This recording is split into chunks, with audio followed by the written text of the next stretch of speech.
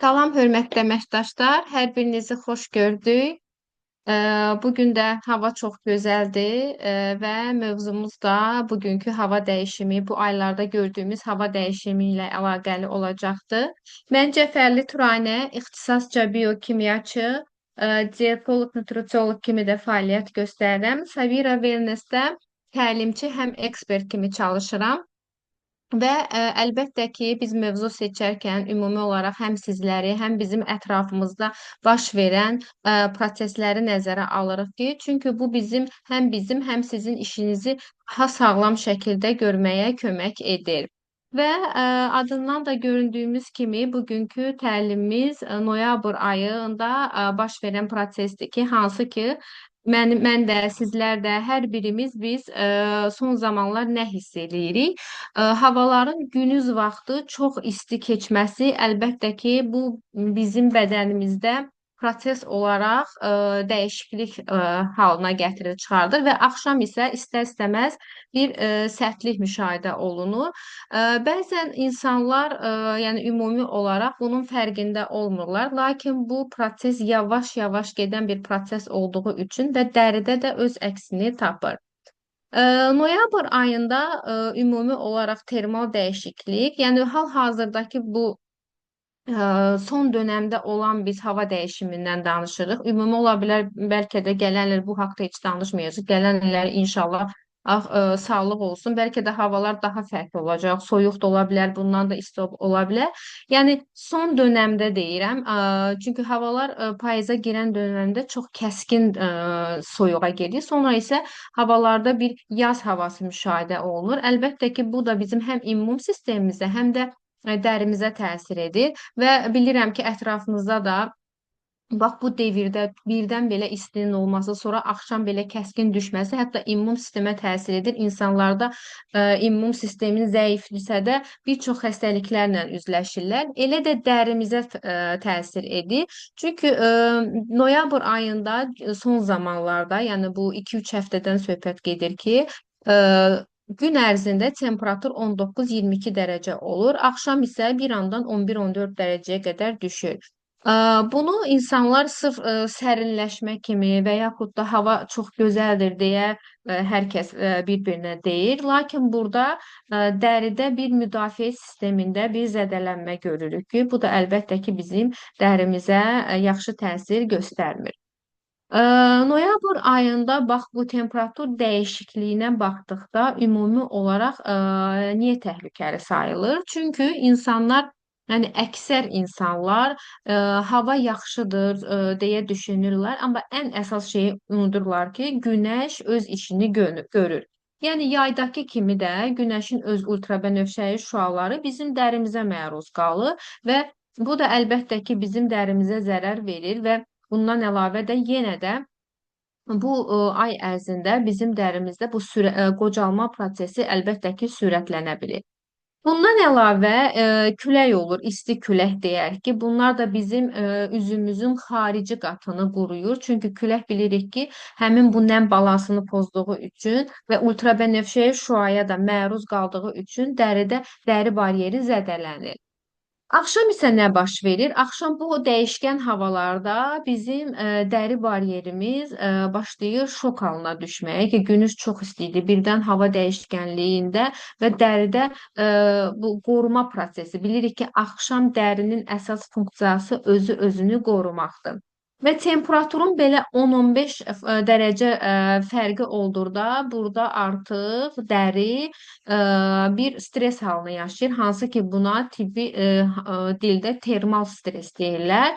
Bu da ən çox payız dönəmində görülən dəri problemidir və bu son dönəmdə də, son vaxtlarda da daha çox müşahidə olunur. Çünki hava belə deyim, günüz vaxtı günəşin ultrabənövşəyi şüaları çox yüksək dərəcədə olur və ona görə də dəri başlayır termal stresə məruz qalmağa. Termal stresin elmi təsiri nədir? Yəni dəriyə necə təsir edir?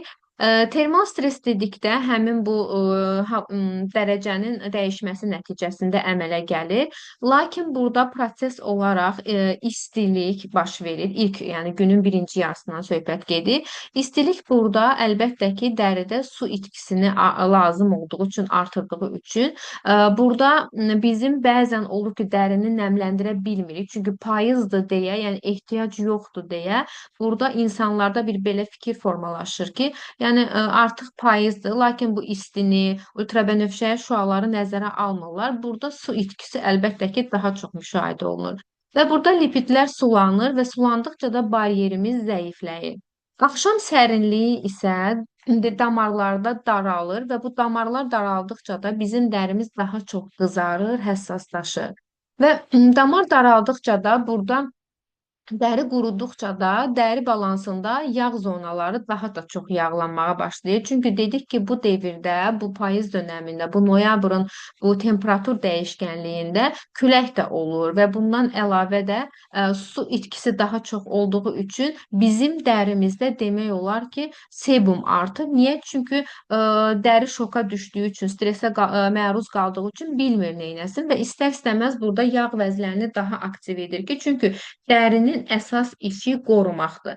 Və ümumi olaraq insanlar bir şeyi unudurlar ki, dəri böyük orqandır və onun özünün xətti var. Xətt deyəndə, yəni özünün bir uzun işi var ki, hansı ki proses olaraq, mexanizm olaraq gündəlik bunu yerinə yetirir. Əgər bu xəttdə qırılma baş verirsə də, əlbəttə ki, funksiyası da itir. Hansı ki, bax bu aylarda, bu dönəmdə həmin bu funksiya nədir? Dəri özünü qoruma funksiyası aşağı düşür və qoruma funksiyası aşağı düşdükdə dəri balansı başlayır formasını itirərək daha çox yağ vəzləri aktivləşərək yağlı zonalar yağlanır, quru dərilər isə qurumağa başlayır. Və burada ən önəmli nədir bu dönəmdə? Dəri ən çox bu dönəmdə oksidativ stresə məruz qalır. Çünki dəri öz dəngəsini itirir. Çünki gündüz vaxtı çox müsbət olduğu üçün, dərəcə artdığı üçün və axşam düşdüyü üçün və insanlar bəzən başa düşmür, isti evdən küləkli bayıra çıxırlarsa da yenə də burada dəri öz funksiyasını itirir. Və burada qocalma, ona görə burada oksidativ stres yaranır ki, hansı ki oksidativ stres bilirik ki, dəri zədələnməsində ən öndə gedən proseslərdən biridir və biz bunu dəfələrlə deyirik ki, dəridə də biz oksidativ stresi çalışmalıyıq ki, minimum səviyyə salaq. Və oksidativ stres çox olursa da, yəni dəri çox stresə məruz qalırsa da, burada qocalma prosesi sürətlənir.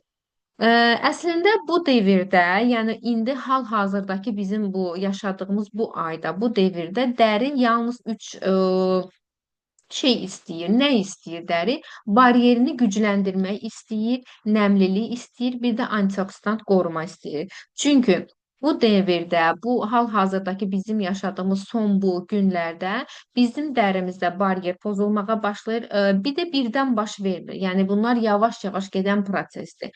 Birdən baş vermir və baryer ona görə baryer zəifləyir və bu dönəmdə bizə ən önəmli nədir? Baryerimizi gücləndirməliyik. Və həmin bu oksidativ streslə mübarizə aparmaq üçün bizə lazım olan antioksidant qorumadır. Və əlbəttə ki, nəmlilikdir. Payız dönəmində hər kəs dərini nəmləndirməyi və bu ən əxsus da bu devirdə nəmliliyi unudur. Demək, insanlar demək olar ki, bu prosesi görmürlər və əslində başqa bir şeylə əlaqələndirirlər. Bilirəm ki, hörmətli əməkdaşlar, bəlkə də sizin aranızda da və yaxud da işlədiyiniz insanlar var ki, hansı ki, onlarda da bu proses baş verir. Məhz ola bilər ki, məsəl üçün bu təlimdən sonra daha bilgilər əldə edə bilərsiniz. Həmin özünüzdə də və işlədiyiniz insanlara da bu təlimdə olan proseslərdən dəyərləndirib. Çünki bu havalarda, bu dəyişkən durumda insanlar bəzi bir şeyləri unudurlar və bizə dəridə baş verən proseslə geri dönüş edirlər. Lakin biz insanlara maarifli şəkildə bu hava, bu temperatur bizim dərimiz üçün çox ziyanlıdır deyə maarifləndirsək, daha yaxşı geri dönüşlər ala bilərik. Havanı insanlar isti görə bilər, lakin bunu çox gözəl, yəni mən özüm də çox gözəl qəbul edirəm ki, hava çox yaxşı keçir, bəli. Lakin bu devirdə insanlar demək olar ki, istəyib istifadə etmirlər. Çünki onların hər birinin şuurlarında, yəni belə bir formalaşıbdır ki, yəni çox insanlarda, əksər insanlarda artıq qış gəlibdir, payız gəlibdir, bizə SPF ehtiyac yoxdur. Lakin bu isti havaların, yəni bu günəşin çıxmağı, ultrabənövşəli şüaların olmasını yəni dana bilmərik. Və ona görə də insanlar və burada əlbəttə ki, bu prosesi görmürlər və bu prosesdə bu şüalanma da, dərin ultrabənövşəli şüalarına məruz qalma prosesi də yavaş-yavaş gedir. Və ona görə SPF-dən istifadə də etmirlər. Və axşam küləyi, soyuğun dəriyə verdiyi zərərlər də çox gec hiss olunur. Və isti otaqlardan soyuq küçəyə keçid edəndə də burada yenə dəridə mikrozədələnmələr baş verir. Hətta belə deyim, soyuq isti temperaturuna dəri tez-tez məruz qalanda 24-48 saatdan sonra özü dəridə biruzə verir. Bəlkə də insanlar bunu çox səhv dəyərləndirirlər. O desə üçün deyə bilərlər, bəlkə mən nəsə yemişəm, mənim dərimdə belə həssaslıq artıbdı və yaxud da bir quruma olubdu, dərim pul-pul olubdu. Lakin bu temperatur dəyişkənliyini, yəni bir isti otaqdan bayıra çıxıramsa da axşam saatlarından söhbət gedir və yaxud da heç bir dediyim kimi SPF istifadə etmədim, hər gün bayıra çıxıram. Yəni bunları nəzərə almadan bir 48 saatdan sonra da biruzə verir. Əgər dəridə baryer zəifdirsə də, həssas dəridirsə də, yəni tez biruzə verir. Lakin ümumi götürdükdə isə ümumi deyək ki, dərimiz normaldır və yaxud da heç bir proses yoxdur. Bu zaman demək olar ki, dəri də yavaş-yavaş getdiyi üçün və dekabra yaxın artıq belə pik səviyyəsinə çatır. Dekabrda insanlar bizə müraciət edir ki, mənim dərimdə ləkələnmə baş veribdi, mənim dərimdə quruma artıbdı, səbəb nədir bilmirəm. Və bu şəkildə bizə geri dönüş edirlər. Səbəbi məhz bu proseslərin yavaş-yavaş baş verməsidir.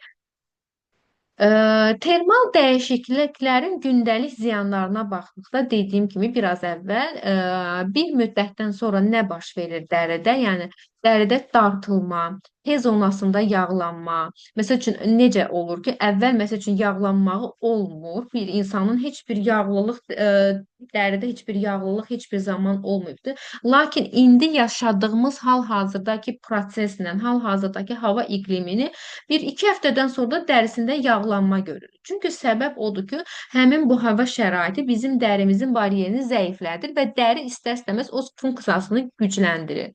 Sonra məsəl üçün qızartı olur, kapilyarlarda həssaslıq arta bilər, kiçik səpgilər ola bilər, hansı ki, termodəyişikliklərə məruz qaldıqda və ən çox da ləkə meylliliyin artmasını görə bilirik və bir də ən önəmli tonus itməsi. Tonus itməsi odur ki, dəri çox belə solğun görsənir.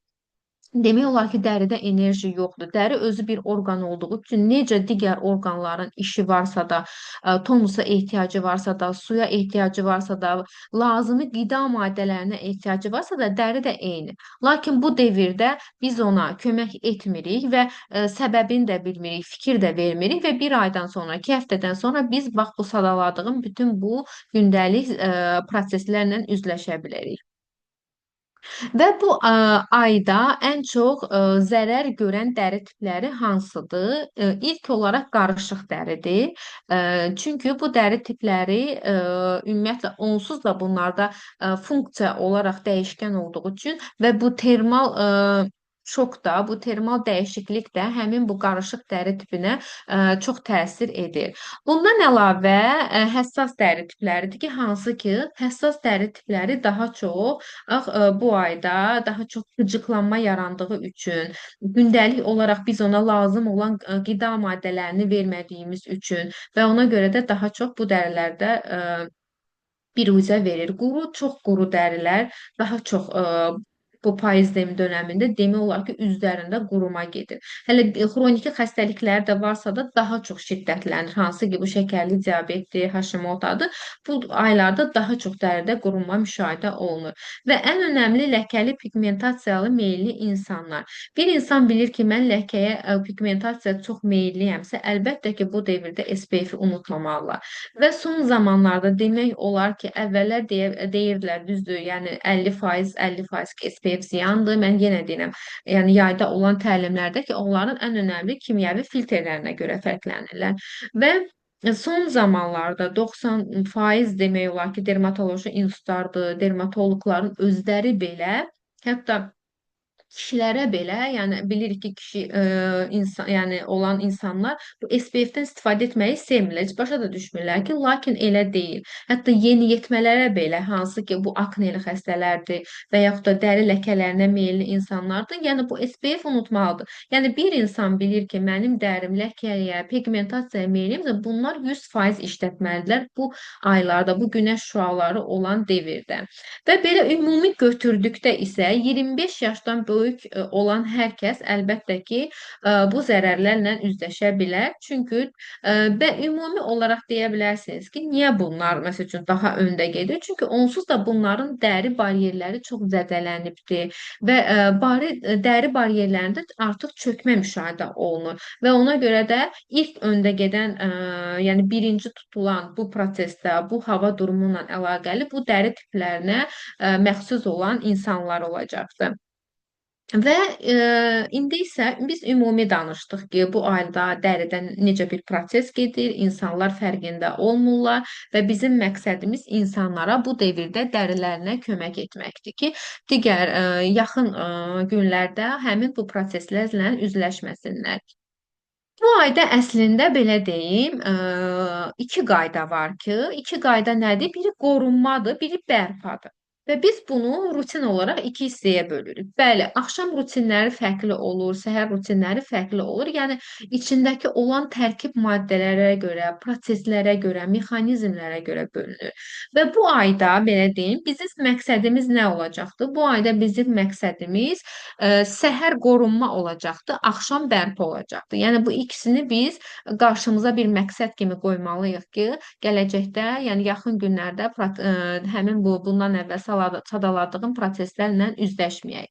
Və səhər rutinimizdə, yəni bu devirdə nə etməliyik? Əlbəttə ki, biz qorumalıyıq. Nə ilə qorumalıyıq? Antioksidantlarla qorumalıyıq. Çünki bilirik ki, dəri stresə məruz qalır və bizim antioksidana ehtiyacımız var. Bunu da əlbəttə ki, Savira Venice'də yetərincə antioksidant tərkibli, yəni ə, ə, məhsullar var ki, hansı ki bunlar niatinamiddir, vitamin C-dir, antioksidantlı, yəni tonerlərimiz var, cürbəcürdür. Yəni birinci bizim məhsul olaraq seçəcəyimiz məhsullar antioksidantlar olmalıdır ki, mübarizə aparsın, hərimə qoruma funksiyasını yerinə yetirsin. İkinci nədir? İkinci, biz bariyerimizi qoruyur. Biz dedik ki, ultrabənövşəyi şüa, həmin bu stres bizim bariyerimizi zədələyir. Və bunun üçün də bariyer qoruması üçün də ən önəmli mütləq SPF-dir. Və axşam dedik, axşam prosesində biz bərpa etməliyik. Gün ərzində həmin bu qorunma funksiyasını yerinə yetirdik. Axşam isə damarlar sıxıldığı üçün, yağ ifrazının pozulması onu gördüyümüz üçün biz bərpa prosesini yerinə yetirməliyik. Yəni burada bərpa prosesində də nə olmalıdır? Yağ, sebum ifrazı fəaliyyəti pozulduğu üçün biz ilk olaraq təmizlənmə prosesinə keçməliyik. Yəni ilk mərhələ olaraq və bu zaman bundan əlavə də biz buna gecə lazım olan bərpa üçün qidalandırıcı tərkiblər verməliyik ki, bunlar hansı ki, yəni dəri ondan qidalanır və belə deyim, canlanır. Və ən önəmli burada da yenə peptid olmalıdır, niatinamid olmalıdır, vitamin C-nin stabil forması olmalıdır ki, dəri burada qidalansın. Və bu devirdə, yəni daha çox belə deyim, seramid tərkibli və yaxud da yəni güclü seramid, yüngül seramidlər ola bilər, amma güclü seramidlərə, skvalan yağı kimi yağlara dəri ümumiyyətlə bu axşam saatlarında istəmir. Hansı ki, bu aydan biz ümumi danışırıq. Və bu devirdə, yəni bu ay ərzində məhsullara gəldikdə biz hansı məhsulları seçməliyik və insanlara da bu şəkildə biz çatdırmalıyıq ki, bu noyabr ayı günüz saatları çox günəş şüaları çox güclü olduğu üçün və axşam 10-12 dərəcə aşağı düşdüyü üçün dəri stresə məruz qalır və bu zaman biz məhsullarımızı biraz dəyişirik. Və dəyişirik nə edirik? Biz səhər qorunma qaydasını yerinə yetiririk. Və bunun üçün bizə lazım olan toner var ki, hansı ki matlaşdırıcı tonerdir. Bu noyabrda həmin bu artan yağların qarşısını alır. Çünki bundan əlavə tərkibindəki olan kəklik otu ilə sürvə də yağlanmada bizə ən önəmli olan maddələrdir ki, çünki burada yağlanma o deməkdir ki, burada hansısa bakteriyaların çoxalması müşahidə olunacaq və burada da antibakterial olduğu üçün kəklik otu ilə sürvə e, demək olar ki, həmin yağ balansını aradan qaldırır və bakteriyaların çoxalmasının qarşısını alır. Və ən önəmli centella var ki, və bu centella da əsas olaraq baryer funksiyasını yerinə yetirir, bərpa edir. Və mən yenə deyirəm ki, centella demək olar ki, elmdə həddindən artıq çox inkişaf etmiş bir molekuldur və demək olar ki, kosmetologiyada çox yaxşı istifadə olunur. Və seruma gəldikdə isə vitamin C serumu hər kəs artıq bunu tanıyır. Mən dəfələrlə də danışmışam bu serum haqqında və bu prosesdə bu noyabr ayında bizə ən lazım olan serumumuz budur. Bu serum bəzən olur ki, insanlar bu vitamin C sözünü görür və çox qorxurlar ki, yəni vitamin C-ni hər kəs bir askorbin turşusu kimi tanıyır. Lakin mən dəfələrlə demişəm ki, burada bu serumda vitamin C ümumi olaraq turşu formasında deyil, askorbin qlukozit formasındadır. Yəni çox sizi yormaq istəmirəm. Burada yəni turşu deyil. Buna birbaşa qlukoza birləşib və o bizim dərimizə biz onu istifadə edərkən burada proses olaraq yavaş-yavaş parçalanma gedir və dəriyə mənimsələnmə də yavaş-yavaş getdiyi üçün dəridə heç bir qıcıqlandırıcı reaksiya yaranmır. Və burada əsas vitamin C-nin rolu nədir? Burada vitamin C bu qorunma prosesində güclü antioksidan olduğu üçün və proses də uzun müddət getdiyi üçün və bizim üçün də ən önəmli serum bu olmalıdır ki, çünki serum burada mikrobiomu da antioksidant olan bu kombini həmin bu dərimizdə olan şok reaksiyasını, həmin o stresi demək olar ki, söndürür. Və serumdan sonra biz biraz kremlər haqqında danışaq ki, hansı ki gördüyümüz kimi bizim yetərincə məhsullarımız var ki, tərkibində SPF-lər də var. Yəni bu məhsulları istehsal edərkən əlbəttə ki, bu ümumi olaraq hər bir şeyi fikirləşirlər ki, bax hansı ki indi biz hal-hazırda elə bir neçə vaxtını elə bir həftədə yaşayırıq ki, çünki gün ərzində bizim SPF-ə ehtiyacımız var. Çünki günəş öz işini görür. Və birinci olaraq bu yeni gəlmiş hansı ki burada görürsüz SPF 30 olan bizim gündüz kremimiz var. Bu haqda da təlimimiz olmuşdu ayrılıqda. Lakin bu kremi mən bu aylarda yəni istifadə etməyi daha çox məsləhət görürəm. Və bunun da tərkibində fəal vitamin C var.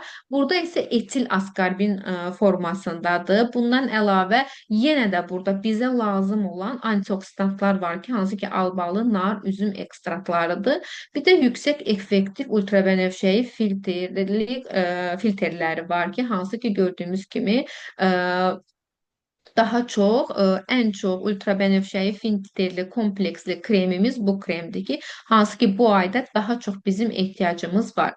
Və bilirəm ki, hörmətli əməkdaşlar, hər birinizdə sual yaranıb ki, mən vitamin C haqqında danışdım, serum haqqında və bunun da, bu kremin də tərkibində vitamin C var və yəni bunu hətta belə deyərdim, qeyd etmənizi istərəm və insanlarla işləyəndə də ola bilər sizə sual gələ bilər. Yəni bunu da formada insanlara izah etməyiniz çox önəmlidir ki, yəni insanlar düz başa düşsün. Yəni vitamin C sözünü görüb burada heç bir qorxmağa ehtiyac yoxdur. Yəni bizim ehtiyacımız burada fərqli-fərqli olduğu üçün və bu kremlə serumun tərkibində də fərqlidir. Yəni bundan əvvəl danışdığım bu serumdan və bunun tərkibindəki olan vitamin C tamam fərqlidir. Yəni burada hər ikisində də vitamin C var. Məsəl üçün o serumu istifadə edeyim, sonra bu kremi üzümə vurum. Burada daha çox vitamin C-yə məruz qalaram deyə bir şey yoxdur. Çünki burada etil askarbin formasındadır. Digərində isə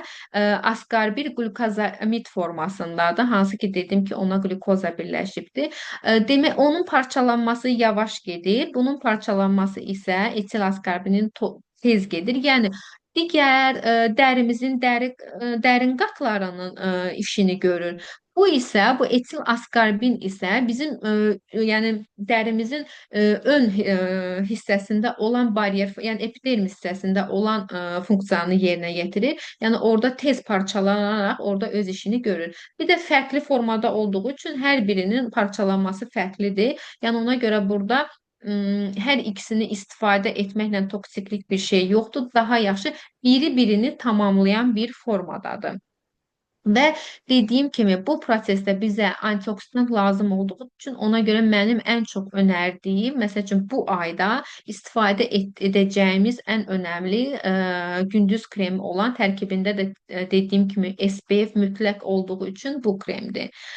Əlbəttə ki, bundan əlavə bizim digər məhsullarımız da var ki, hə, bir də bu məhsulu hər bir kəs istifadə edə bilər. Digəri isə peptid tərkibli SPF-dir ki, hansı ki, bunun da tərkibində həm peptid, həm 15 faizli ultra SPF var ki, bu da demişdim sizə digər təlimdə 3 müsbət, yəni 3 qat müdafiə deməkdir ki, hansı ki, dərimizi 3 qat daha artıq ultrabənövşəyi şüalardan qoruyur. Və bundan əlavə demək olar ki, bunun tərkibində kranberinin demək enzimləri də var. Bunlar da güclü antioksidant olduğu üçün və bu dönəmdə bizim dərimizə bitki peptidlərinə ehtiyac duyduğumuz dönəm olduğu üçün də bu kremi də istifadə etmək daha məqsədyönlü olar. Və dediyim kimi, bu kremi məsələn 25, 30, 35-dən sonra, məsələn 30-dan sonra hər bir kəs istifadə edər. 35-dən sonra yəni mütləqdir, yəni tərkibində də SPF var. Lakin digər bu SPF olan kremi isə vitamin C ilə olan, stabil formada olan SPF 30-u. Bunu isə demək olar ki, hər bir yaş qrupu, yəni 18 yaşdan yuxarı hər bir kəs istifadə edə bilər. Bir də var tonlaşdırıcı, nemləndirici krem SPF 15. Bunun tərkibində gliserin, bir də gialuron var ki, iki aktiv maddə birlikdə birləşərək bu su tutma, yəni nəm balansını burada yerinə yetirir. Yəni su tutma qabiliyyəti daha artıqdır. Yəni iki gialuronla gliserin birləşəndə bunun gialuronun funksiyası daha güclü olur. Və əlbəttə ki, zeytun yağının fraksiyası var. Bu da həmin baryer yəni dərinin baryerini gücləndirir. Bəzən olur ki, digər yağ turşularından alınan ekstraktlar bizə heç ehtiyac durmur. Lakin bunun tərkibindəki olan bu zeytun fraksiyasının əsas işi baryer gücləndirməkdir ki, hansı ki mən dedim ki, əsas biz nəyə fokuslanmalıyıq? Dərimizin baryerini gücləndirməliyik, nəmliliyimizi artırmalıyıq, bizə antioksidant lazımdır. Yəni bu 3 dənə qayda bizim üçün əsas şərtdir. Digər məhsullarımıza gəldikdə, məhsul deməzdim, o bizim səhər qaydamız idi. İndi axşam qaydalarımız isə bizdə bərpa prosesi olmalıdır ki, biz bərpa prosesində hansı məhsullardan istifadə etməliyik? Biz burada bərpa prosesində mexanizm olaraq bizə lazım olan bu yeni məhsulumuz var ki, tərkibində arbutin, C vitamini var ki, burada arbutinlə C vitamini birləşərək həmin bu melaninin, yəni ləkələnməni, pigmentasiyanın qarşısını alır. Və niatinamid də bizim baryer funksiyamızı gücləndirir. Bilirik ki, həmin bu günəş istər-istəməz, yəni bu SPF də istifadə etsə və insanlar Yəni bəzən olur ki, SPF istifadə edirlər kremlərin tərkibində, amma bir müddətdən sonra bu yəni dəridən uçucu olduğu üçün uça bilir və e, bu zamanda yenə ləkələyə meyilli insanlarda bizə lazım olan əsas tərkib nədir? Arbutinlə vitamin C-dir. İkisi birləşərək həmin o melaninin qarşısını alır. Daha çox sintez etməsinin qarşısını alır. Ə, Bu da hər bir yaş yəni yaş kateqoriyası demək olar ki, yoxdur. 18 yaşdan sonra hər bir kəs istifadə edə bilər. Sonra isə bizim gecə kremimiz var ki, hansı ki peptid tərkibli kremdir. Yenə bunun tərkibində niatinamid var. Yenə bizim bilirik ki, baryer funksiyasını gücləndirmək üçün yenə niatinamid burada bizim köməyimizə çatacaq. Lakin bunun tərkibində, yəni qoymaqda məqsədim ondan ibarətdir ki, bunun tərkibində əlavə peptiddən əlavə, yəni gündüz kremindən əlavə də nə var? Göbələk ekstratı var. Göbələk ekstratı da neynir? Bu üç göbələk ekstratdadır ki, güclü antioksidantlar. Yəni demək olar ki, bizim dərimizin müdafiə funksiyasını yerinə yetirir. Axşam rutinimizə isə bu devirdə bizə lazım olan ən önəmli serum bu Expralda Aurum serasından olan Reviving serumudur. Əslində bunun tərkibi də çox güclü aktiv maddələrdən ibarətdir. Ümumiyyətlə bu məhsulun, bu Expralda Aurum serasından olan bu məhsulun əsas məqsədi ondan ibarətdir ki, əgər dəri tonusunu itiribsə də dəridə bir rəngdə tonunda biraz dəyişiklik varsa da, demək olar ki, dəri enerjisini itiribsə də, bu tərkibindəki olan bu aktiv maddələr, indi birazdan deyəcəm hansı maddələrdir ki, həmin onlara bir oyatma siqnalı ötürülür.